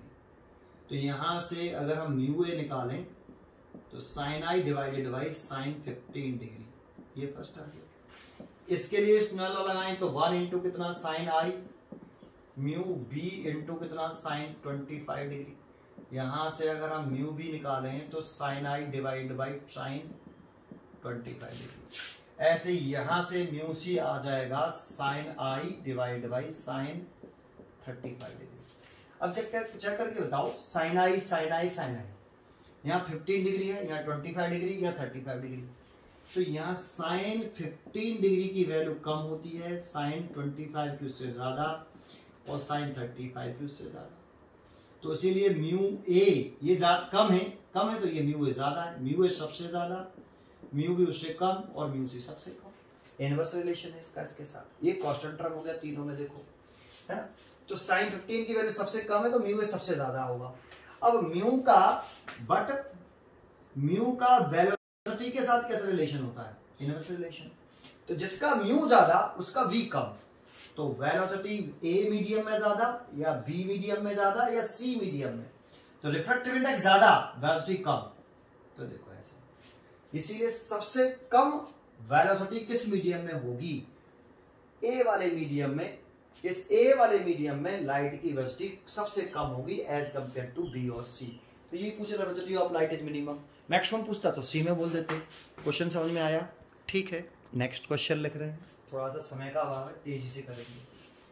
देखो क्वेश्चन में कह रहा है कि लाइट एयर से किस में जा रही है, वाटर में। ब्लू लाइट है, ये ब्लू लाइट है, उसकी वेवलेंथ दे रखी है एयर में, लाइट की वेवलेंथ लेकिन एयर में है कितनी है, 4200 एंगस्ट्रॉम, और वाटर में जा रही तो टुवर्ड द नॉर्मल हो जाएगा। ये इंसिडेंस एंगल, ये रिफ्लेक्टेड एंगल, बस इतनी जानकारी है। वाटर का रिफ्लेक्टेड एंगल का 4/3, एयर का होता है 1 और वाटर का होता है 4/3। ठीक है। Find the wavelength, frequency and speed of reflected light in water. इसमें सारी चीजें पूछ रहा है। ठीक है, तो देखो स्नेल्स लॉ लगाना आता है तो स्नेल्स लॉ लगाओ, साइन आई ओवर साइन आर। एयर से वाटर में जा रहा है इसीलिए ए म्यू डब्ल्यू, फिर लिखो mu W by mu A, फिर लिखो V A by V W, inverse relation होता है, और lambda air W lambda water. ये फॉर्मूला आना चाहिए बेटा आपको अप्लाई करना। अब देखो यहां हम अगर ये वाला रिजल्ट और ये वाला रिजल्ट इक्वल कर ले फर्स्ट पार्ट में, mu water mu air is equal to lambda air lambda water. अब लैम्डा वाटर पूछ रहा है तो lambda water is equal to cross multiply करते हैं, lambda water is equal to mu air बटे mu water multiplied by lambda air. इसकी value तो 1, इसकी वैल्यू 4/3 और इसकी वैल्यू 4200 एंगस्ट्रॉम। तो 3 ऊपर पहुंच गए, तो 3 इंटू 4200 डिवाइडेड बाई 4। इसको सॉल्व कर लेना, वो एंगस्ट्रॉम में आ जाएगा। तो ये तो वाटर में लाइट की वेवलेंथ निकल आई, ये जी फॉर्मूला लगाया बस। सेकंड पूछ रहा है आपसे फ्रीक्वेंसी ऑफ रिफ्रैक्टेड लाइट। तो देखो जो लाइट की फ्रीक्वेंसी आपकी एयर में होगी वही वाटर में होगी, तो आप एयर में निकाल लो। एयर में निकाल लो, किससे निकाल लो, v बराबर एन लैम्डा से। चलिए इसी से फ्रीक्वेंसी को निकाले, फ्रीक्वेंसी का सिंबल ये एयर में निकाल ले तो ये एयर ये एयर ये एयर। तो frequency of light in air v air divided by lambda air. Light की स्पीड एयर में c के बराबर होती है, म्यू बराबर c बाई v। अगर ये एयर है ये भी एयर है तो v air c by mu A air, और c म्यू एयर की वैल्यू 1, तो v बराबर c, तो c बाई लैम्डा ए। और c की वैल्यू हम जानते हैं 3 इंटू 10⁸, और लैम्डा 4200 एंगस्ट्रॉम को मीटर में जरूर चेंज कर लेना, -10 मीटर। यहाँ तो किया नहीं तो आंसर भी तो एंगस्ट्रॉम में लिख रहे हैं, एक ही तो क्वांटिटी है बेटा, इसकी तो कोई यूनिट नहीं होती। इसकी यूनिट है एंगस्ट्रॉम, तो इसकी यूनिट भी एंगस्ट्रॉम में आएगी, इसीलिए तो एंगस्ट्रॉम लिखा पीछे। लेकिन ये सब मीटर पर सेकंड में, ये एंगस्ट्रॉम में, तो ऐसे तो नहीं लिखेंगे। ये मीटर में है तो ये से भी मीटर में लाना पड़ेगा, तो इसे चेंज कर लिया बेटा। 4200 को 4200 10⁻⁻10 मीटर, ऐसे सिस्टम में ले आए। अब इसे सॉल्व कर लेना, जो भी फ्रीक्वेंसी आए वो हट्स ये तो सर एयर में निकली, लेकिन पूछा वाटर में है तो फ्रीक्वेंसी चेंज नहीं होती, इतनी वाटर में होगी, फ्रीक्वेंसी रिमेन सेम, ठीक है, डिप्रेशन वाले केस में। ये सेकंड पार्ट हो गया। थर्ड पार्ट पूछ रहा है आपसे लाइट रिफ्लेक्टेड स्पीड की स्पीड पूछ रहा है, तो v बराबर ये लगा देना म्यू बराबर c बाई v। तो वाटर में पूछ रहा है तो वाटर वाटर लिख लो, तो v water is equal to c by mu water. c तो 3 × 10⁸ और म्यू वाटर 4/3, तो ये 9/4 हो गया शायद इंटू 10⁸। इसका इसमें डिवाइड करेंगे तो 2.25 10⁸ मीटर पर सेकेंड। देखो ये क्वेश्चन बड़ा इजी क्वेश्चन था, कुछ नहीं था, समझ में आया? ठीक है, थैंक यू, आज के लिए इतना ही।